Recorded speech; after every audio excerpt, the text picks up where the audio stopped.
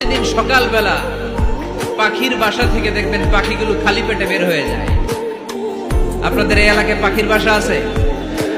কি পাখির বাসা আছে? হ্যাঁ, সব পাখি আছে। তো সকালবেলা দেখবেন পাখির বাসা থেকে পাখিগুলো খালি পেটে বের হয়ে যায়। বিকেল বেলায় পাখিগুলোর ওদর ফুর্তি করে পেট ভর্তি করে আবার পাখির নিড়ে ফিরিয়ে দেয় কে? কারণ পাখিগুলো তাওয়াক্কুল করেছে কার উপর? পাখিগুলো তাওয়াক্কুল করে যদি পাখির নিড়েই বসে থাকতো, ওদের পেটে খাবার আসতো? কথা বলেন। বিশ্বনবী এটাই বললেন, তাকদু খিমাসান ওয়া তারুহু বিতানান।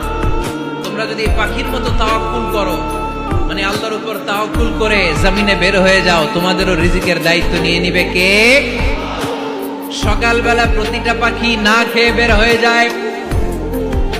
একটা পাখির পেটের ভেতরে কোনো দানা পানি নাই, কিন্তু আল্লাহর উপর তাওয়াক্কুল করে পাখিগুলো যখন বের হয়ে যায়, বিকেল বেলা পেট ভর্তি করে উদর ভর্তি করে আবার পাখির নিরে পাখিগুলোরে ফিরিয়ে দেয় কে?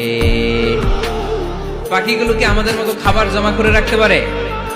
আমরা তো 7 দিনের বাজার একবারে করে ফ্রিজে রাখি। পাখিদের ফ্রিজ আছে না? আছে।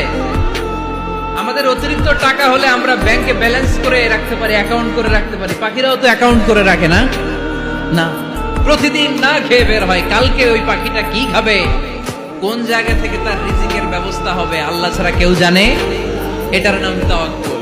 এটার নাম কি? আমাদের সাধ্যে, আমাদের ক্যাপাসিটি, আমাদের ক্যাপাবিলিটির সবটুকু করে আমরা তাওয়াক্কুল করি একজনের উপর। চিল্লায় বলেন, তিনি কে?